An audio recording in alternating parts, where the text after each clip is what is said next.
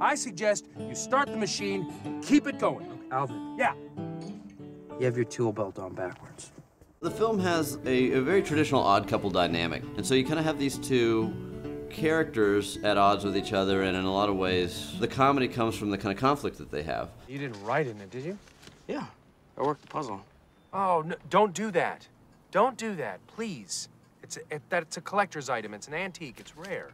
I think this character that I'm playing, Alvin, is a guy who thinks he knows who he is, and I don't think he really does.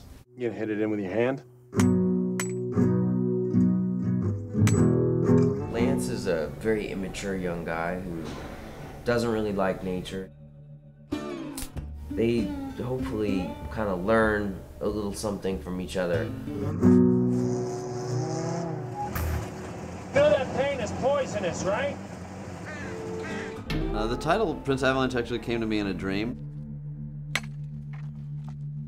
This was just a title that I thought that had such a mystery to it, and an intriguing quality, and kind of a poetry that I thought, well, let's make something called Prince Avalanche. I reap the rewards of solitude. I get so horny out here in nature, don't you? Enjoy your hot fish. I've known David for a long time, and always wanted to work with him. And this sounded like a really cool experiment. He's the kind of director where he'll call you up with a week's notice and say, we're gonna make this amazing, crazy movie. And you believe him, and you believe in it. We filmed after a fire had really affected this area in and around Bastrop, Texas. The canvas of the film is the backdrop of a forest that has been charred, and so it's the toothpick sticks of burnt pine trees as far as the eye can see for miles and miles through the hills and the ashes and the rocks and the rubble. It looked like nothing I'd ever really seen. It was the impetus for actually making the whole movie. You shouldn't smoke. I know it's bad for you. No, I mean, you shouldn't smoke. You look stupid.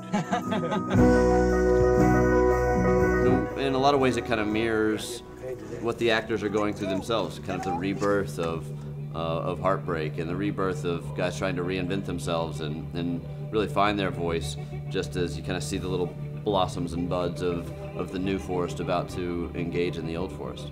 How did you live your life up to this point without knowing how to gut a fish or build a tent or tie a knot?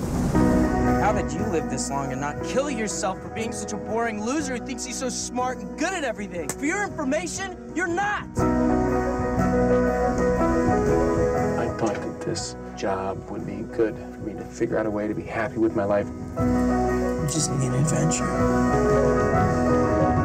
Prince Avalanche. Watch it now on demand.